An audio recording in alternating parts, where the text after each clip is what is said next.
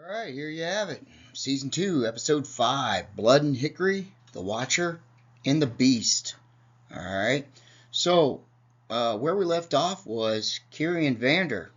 All right, he is now in Hickory, and he is at the diner there in Hickory, getting ready to order some food, and he's looking for some dessert. All right, and that's where we left off. So let's get to it. All right. If you're watching this, please subscribe to my YouTube channel, www.youtube.com/@Ruggles. Become a subscriber today. I do appreciate all the people that have subscribed. All right. So, the stranger took a long look at Jennifer.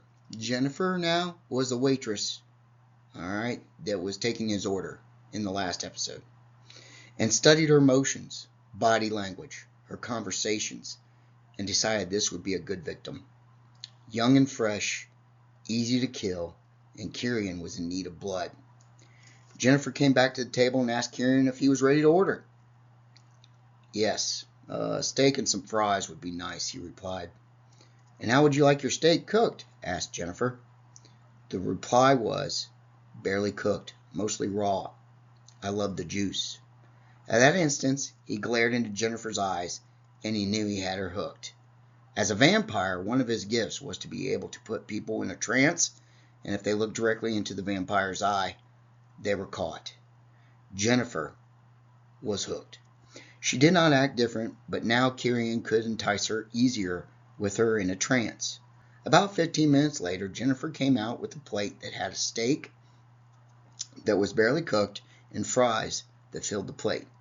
Kierion finished the food before closing of the diner, and the red juice from the steak was not enough. He needed more. He needed human blood, and Jennifer was the dessert. Kierion left the diner and hid behind some trees outside the diner. He was waiting on his next victim. He was waiting on Jennifer. The clock struck 10:30 p.m., and like clockwork, the two chefs, the two waitresses, two busboys, and the manager-owner, Mary Sturgill, all walked out of the door. They were all saying their goodbyes while Mary locked the door with her big ring of keys. They all walked to their cars and proceeded to get into them and drive home from the diner that night shift. As Jennifer walked to her car, Kierion's eyes never left her, and Kierion watched her get in the car, a blue Toyota Camry, and she cranked it up. The other cars were cranked and starting to pull out of the diner parking lot already. Jennifer would be the last to leave the parking lot, just behind Mary. Mary turned right, and Jennifer pulled up to the exit of the diner to look both ways before turning left. Mary, having just turned right, was focused on finding her favorite podcast on Sirius XM, while Kierion tapped on Jennifer's car, stopped at the exit drive of the diner.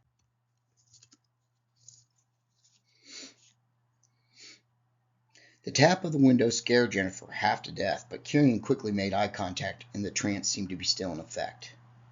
Can I grab a ride, please? My hotel is close by, but I don't know where exactly. I walked here, and it was a good 10-minute walk, and after eating, I guess I got all turned around, spoken in his deep voice. Sure, said Jennifer, lost in a trance. Which hotel is it? The Comfort Inn, replied Kierion. Jennifer, with her cheery voice, said, Well, hop in, silly.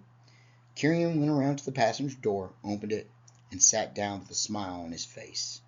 The manager, Mary, who had just left before Jennifer, was still searching for a good podcast and turned again, not even noticing that Jennifer had not pulled out of the diner parking lot yet.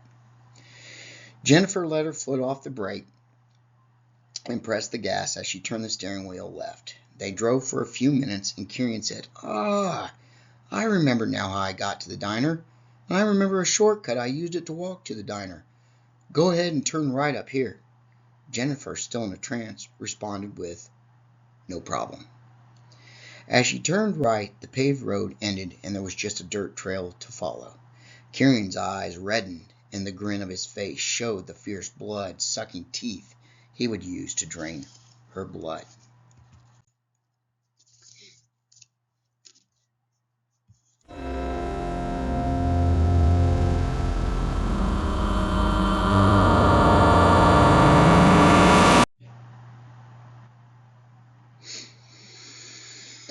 His fangs that would protrude when changing were stained from the years of draining the blood of his victims. Kierion whispered into Jennifer's ear, "Pull over." Still in her trance, Jennifer pulled over and put the car in park.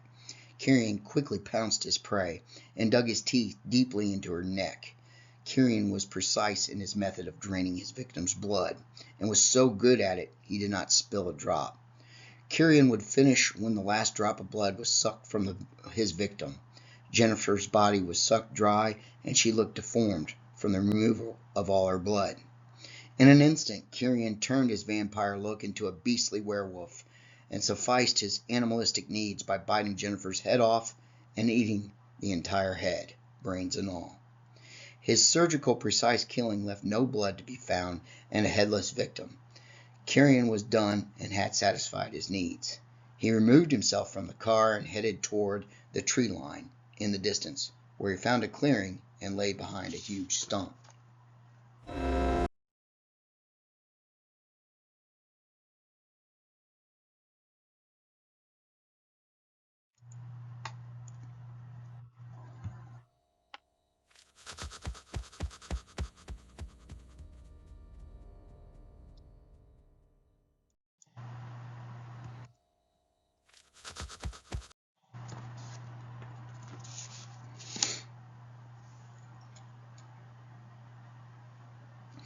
There his body began to change, back to human form, and Kierion was worn out from the transformation.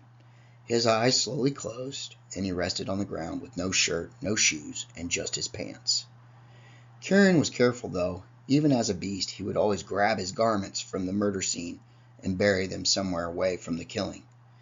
Kierion would close his eyes and fall asleep, knowing his next victim will have to be a male so he can use the shoes and shirt from the victim. He would have to lie low until he killed again.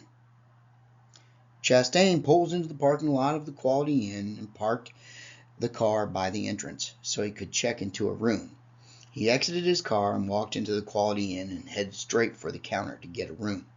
A familiar voice shouted, "Chastain, I already booked 2 rooms. The task force paid for them." "Awesome," said Chastain. "When did it change from paying and getting reimbursed to coming directly out of the agency's account?" "Well, this all happened a couple weeks ago," spouted Turner. "I am exhausted," said Chastain. "Can we talk about the case in the morning? I heard there is a pretty good diner down the road called Sturgill's." "I understand," said Turner. "No problem. Get some rest, and we can discuss it in the morning." Morning came, and both Chastain and Turner were up and getting ready to face another day of solving cases. It was about 8 a.m., and they met down in the lobby, which was what they agreed upon from the texting they did that morning when they were getting ready in their rooms. "Ready to go?" asked Turner. "Yes," replied Chastain, "and I can drive, so we can talk in the car as well." They both walked out the door, and Turner followed Chastain to his rental car. Chastain unlocked the doors, and they both hopped into the car. Chastain buckled up and started the car, and they left the hotel, heading towards Sturgill's diner. Turner buckled up as Chastain was pulling out of the parking lot. As he snapped the buckle, he asked Chastain, "So what case are you working on that brought you down here?" Chastain said, "Long story, so I will sum it up for you. I had a homicide in my jurisdiction at a lighthouse, an abandoned, haunted lighthouse at Ipswich Bay. The bodies of the victims were identified, and the odd thing was that all these victims resided in Hickory, North Carolina. So I hopped on a plane and headed here. Then you call and tell me that our mystery murderer was heading down this way, or at least appears to be that way. And I looked into the case at the local sheriff's office by asking if there were any missing persons reports on the victims of the lighthouse, and there seemed to be some missing pieces from the crime scene at the lighthouse. So no one reported Cheryl Miller missing, and she had a son and a husband. So the missing pieces are the husband and son of the female adult murder victim. I have a feeling, well, common sense dictates that if I find those two, the case can be solved." As Chastain finished up, he pulled into the parking lot of Sturgill's. He parked the car, the two walked into the diner and waited to be seated. It had been 5 minutes before someone came to seat them. It was Rachel's mother, Kimberly. She was one of the managers at Sturgill's. "Sorry for the wait. We are short-staffed this morning. One of the waitresses did not show up today, said Kimberly in an exhausted voice. Is that a normal thing for this waitress to miss work like that? Asked Turner. I'm not sure. She is fairly new. Their family just moved down here from the north, replied Kimberly. Chastain said, Kimberly, right? Yeah, we met yesterday and talked about Rachel. I am surprised you are here at work after hearing the news I had told you. I had to do something to keep my mind off it. I knew with Rachel being missing for a few days, the likelihood of her being alive was slim. So I prepared myself for the bad news. I've been grieving for a few days now, and getting out of the house is what I needed. At least I thought so, but this work situation is not helping matters, complained Kimberly. Well, I was just curious because of your daughter, Sari, and Drew missing recently, Chastain responded. That seemed to have shaken her up when Chastain said that. So she quickly said, Sit anywhere, there is an empty booth, and excuse me, I have to check something in the kitchen. She really did not have to check on anything. She was about to break down and lose it, so she excused herself. Turner and Chastain casually walked to an empty booth that looked cleared of dishes and had been cleaned. They sat down, and Turner let Chastain have it. Nice job, said Turner. I think you upset her. I know, said Chastain. I will apologize when she comes back out. All right, there you have it. So, Kierion has now killed in Hickory. And the case is getting a little bit more in depth of what's coming together, what's going to happen in the end. Kierion's now in Hickory. Raiden is in Hickory. And now the two detectives of the regional task force are in Hickory. And it's all going to come to a showdown here in the end. Plenty of episodes left, so don't miss episode 6. It will continue from where we left off here. And if you are watching this, please subscribe to my YouTube channel, www.youtube.com/@Ruggles. Hit notifications so you know when the next story or episode comes up. Become a subscriber today, and I appreciate all of you. Thank you.